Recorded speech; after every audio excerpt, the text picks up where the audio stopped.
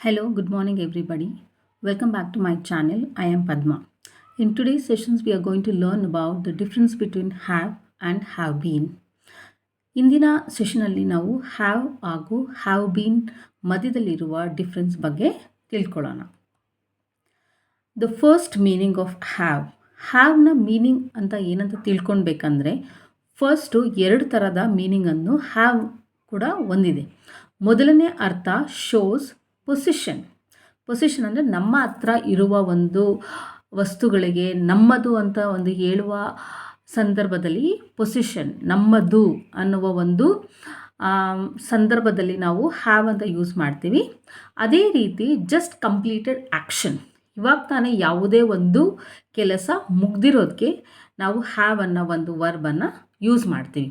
ಕನ್ನಡದಲ್ಲಿ ಅದರ ಮೀನಿಂಗ್ ನೋಡಬೇಕಂದ್ರೆ ಹೊಂದಿರುವುದು ಹಾಗೆ ಮಾಡಿರುವುದು ಅಂತ. ಸೊ ಕೆಲವೊಂದು ಎಕ್ಸಾಂಪಲ್ ನಾವು ನೋಡೋಕ್ಕಾದರೆ ಇಂಗ್ಲೀಷ್ನಲ್ಲಿ ಐ ಹ್ಯಾವ್ ಎ ಕಾರ್ ಅಂದರೆ ಕನ್ನಡದಲ್ಲಿ ನನ್ನ ಹತ್ತಿರ ಕಾರು ಇದೆ, ನನ್ನ ಹತ್ತಿರ ಒಂದು ಕಾರು ಇದೆ ಅಂತ ಅರ್ಥ ಬರುತ್ತೆ. ಇದರಲ್ಲಿ ನೋಡಿಕೊಂಡ್ರೆ ನಾವು ನನ್ನ ಹತ್ತಿರ ಕಾರು ಇದೆ ಅಂದರೆ ಇದೊಂದು ಪೊಸಿಷನ್ ಅನ್ನೋ ಒಂದು ಅರ್ಥವನ್ನು ಕೊಡುತ್ತದೆ. ಸೊ ಒಂದು ಅರ್ಥ ಹ್ಯಾವಲ್ಲಿ ಪೊಸಿಷನ್ನ ನಾವು ಅರ್ಥ ಮಾಡ್ಕೊಂಡಿದ್ದೀವಿ ಅಂದರೆ ಅದು ನಮ್ಮ ಹತ್ತಿರ ಅಂದರೆ ನಮ್ಮ ಹತ್ರ ಇದೆ ಅನ್ನೋ ಒಂದು ಸಂದರ್ಭದಲ್ಲಿ ನಾವು ಹ್ಯಾವ್ ಅಂತ ಯೂಸ್ ಮಾಡ್ತೀವಿ. ನೆಕ್ಸ್ಟು ಅರ್ಥ ನಾವು ನೋಡೋದಾದರೆ ಮಾಡಿರುವುದು ಅಂದರೆ ಜಸ್ಟ್ ಇವಾಗ ತಾನೇ ಒಂದು ಕೆಲಸವನ್ನು ಅಥವಾ ಆ್ಯಕ್ಷನನ್ನು ಕಂಪ್ಲೀಟ್ ಮಾಡಿರೋದಕ್ಕೆ ನಾವು ಹ್ಯಾವ್ ಅಂತ ಯೂಸ್ ಮಾಡ್ತೀವಿ. Example, I have eaten lunch ಅಂದರೆ ನಾನು ಊಟ ಮಾಡಿದ್ದೇನೆ ಅಂದರೆ ಇವಾಗ ತಾನೇ ಜಸ್ಟ್ ನಾನು ಊಟ ಕಂಪ್ಲೀಟ್ ಮಾಡಿರೋದಕ್ಕೆ ನಾವು ಹ್ಯಾವ್ ಅಂತ ಯೂಸ್ ಮಾಡ್ತೀವಿ. ಸೊ ಒಂದು ಟಿಪ್ ನಾನು ಇಲ್ಲಿ ಕೊಡೋಕ್ಕೆ ಇಷ್ಟಪಡ್ತೀನಿ ಅಂದರೆ ನಾವು ಯಾವಾಗಲೂ ಹ್ಯಾವ್ ಅಂತ ಮೇನ್ ವರ್ಬ್ ಆಗೋಕ್ಕೆ ಯೂಸ್ ಮಾಡೋಕ್ಕೆ ಆಗೋದಿಲ್ಲ. ಮೇನ್ ವರ್ಬ್ ಜೊತೆ ಹ್ಯಾವ್ ಅಂದು ಸಪೋರ್ಟಿವ್ ವರ್ಬ್ ಆಗಿ ಯೂಸ್ ಮಾಡಬೇಕಾಗುತ್ತೆ. Example, I have eaten lunch. So ಇಲ್ಲಿ ನೋಡೋಕ್ಕಾದರೆ ಈಟನ್ ಅಂದರೆ ವರ್ಬ್ 3 ಸ್ಟ್ಯಾಂಡ್ ಅಲೋನ್ ನಾವು ಯೂಸ್ ಮಾಡೋಕ್ಕಾಗೋದಿಲ್ಲ. ಅದೇ ರೀತಿ ನಾವು ಹ್ಯಾವ್ ಅನ್ನೋ ಒಂದು ಸಪೋರ್ಟಿಂಗ್ ವರ್ಬನ್ನು ಯೂಸ್ ಮಾಡಿ ಈ ಒಂದು ಸೆಂಟೆನ್ಸನ್ನು ಕಂಪ್ಲೀಟ್ ಮಾಡ್ತೀವಿ. Example, I have eaten lunch.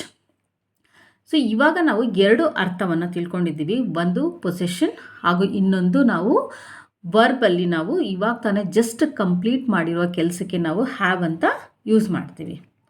So next have been ಅರ್ಥ ಏನಂದರೆ the action that started in the past and continues now ಅಂದರೆ ಕೆಲಸ ಸ್ಟಾರ್ಟ್ ಆಗಿದೆ ಆಲ್ರೆಡಿ, ಅದು ಇವಾಗ ಕೂಡ ಕೆಲಸ ನಡೀತಾ ಇದೆ, ಅದು ಕಂಪ್ಲೀಟ್ ಆಗಿಲ್ಲ. ಅಂಥ ಸಂದರ್ಭದಲ್ಲಿ ನಾವು ಹ್ಯಾವ್ ಬೀನ್ ಅಂತ ಒಂದು ವರ್ಬನ್ನು ಯೂಸ್ ಮಾಡ್ತೀವಿ. Example, I have been working here for 5 years ಅಂದರೆ ನಾನು ಕಳೆದ 5 ವರ್ಷಗಳಿಂದ ಕೆಲಸ ಮಾಡ್ತಾನೇ ಇದ್ದೇನೆ ಅಂದರೆ ನಾವು ಜಸ್ಟ್ ಕೆಲಸ ಮಾಡಿ ಎಂಡ್ ಮಾಡಿಲ್ಲ, ಇವಾಗಲೂ ಕೂಡ ನಾವು ಕೆಲಸ ಮಾಡೋದಕ್ಕೆ ನಾವು ಹ್ಯಾವ್ ಬೀನ್ ಅಂತ ಯೂಸ್ ಮಾಡ್ತೀವಿ. ಕೆಲಸ ಮಾಡಿ ಜಸ್ಟ್ ಕಂಪ್ಲೀಟ್ ಆಗಿರೋದಕ್ಕೆ ಹ್ಯಾವ್ ಅಂತ ಯೂಸ್ ಮಾಡ್ತೀವಿ. ಕೆಲಸ ಮಾಡ್ತಾನೇ ಇದ್ದೀವಿ ತುಂಬ ವರ್ಷಗಳ ಹಿಂದೆ, ಇವಾಗಲೂ ಕೆಲಸ ಮಾಡ್ತಾನೆ ಇರೋದಕ್ಕೆ ನಾವು ಹ್ಯಾವ್ ಬೀನ್ ಅಂತ ಯೂಸ್ ಮಾಡ್ತೀವಿ. ಅದೇ ರೀತಿ ಇನ್ನೊಂದು ಎಕ್ಸಾಂಪಲ್ ನೋಡೋಕ್ಕೆ ಹೋದರೆ they have been waiting since morning ಅಂದರೆ ಅವರು ಬೆಳಗ್ಗೆಯಿಂದ ಕಾಯ್ತಾನೇ ಇದ್ದಾರೆ. ಎಷ್ಟು ಗಂಟೆಗಳ ಕಾಲ ಕಾಯ್ತಾ ಇದ್ದಾರೆ ಅಂತ ನಮಗೆ ಗೊತ್ತಿಲ್ಲ, ಬಟ್ ಬೆಳಗ್ಗೆಯಿಂದ ಕಾಯ್ತಾ ಇದ್ದಾರೆ. ಸೊ ಬೆಳಗ್ಗೆಯಿಂದ ಕಾಯ್ತಾ ಇದ್ದಾರೆ, ಇವಾಗಲೂ ಕೂಡ ಕಾಯ್ತಾ ಇದ್ದಾರೆ.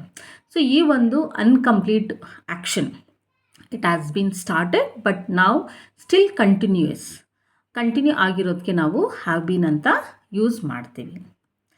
ಸೊ ಎರಡು ವರ್ಬ್ನ ಡಿಫ್ರೆನ್ಸ್ ನೋಡೋಕ್ಕಾದರೆ ಹ್ಯಾವ್ ಅಂದರೆ ಇದೆ, ಮಾಡಿದ್ದೇನೆ, ಜಸ್ಟ್ ಮಾಡಿದ್ದೇನೆ, ಇದೆ ಅಂದರೆ ಅದು ನಮ್ಮ ಹತ್ರ ಇದೆ, ಪೊಸಿಷನ್ ಅನ್ನೋ ಒಂದು ಅರ್ಥವನ್ನು ಕೊಡುತ್ತದೆ ಮತ್ತು ಕಂಪ್ಲೀಟ್ ಆಗಿರೋ ಆ್ಯಕ್ಷನ್ ಬಗ್ಗೆ ತಿಳಿಸುತ್ತೆ. ಹ್ಯಾವ್ ಬೀನ್ ಅಂದರೆ ಮಾಡ್ತಾನೇ ಇದ್ದೀನಿ, ಅದು ಕಂಪ್ಲೀಟ್ ಆಗಿಲ್ಲ, ಆ್ಯಕ್ಷನ್ ಸ್ಟಾರ್ಟ್ ಆಗಿದೆ, ಇವಾಗಲೂ ಕೂಡ ಕಂಟಿನ್ಯೂ ಆಗ್ತಾ ಇರೋದಕ್ಕೆ ನಾವು ಹ್ಯಾವ್ ಬೀನ್ ಅಂತ ಒಂದು ವರ್ಬನ್ನು ಯೂಸ್ ಮಾಡ್ತೀವಿ. With that, I'm going to conclude today's sessions. Thank you so much for watching me and supporting me. Please support me by subscribing my channel and keep supporting me. Thank you so much, and I'll see you in the next section. Thank you.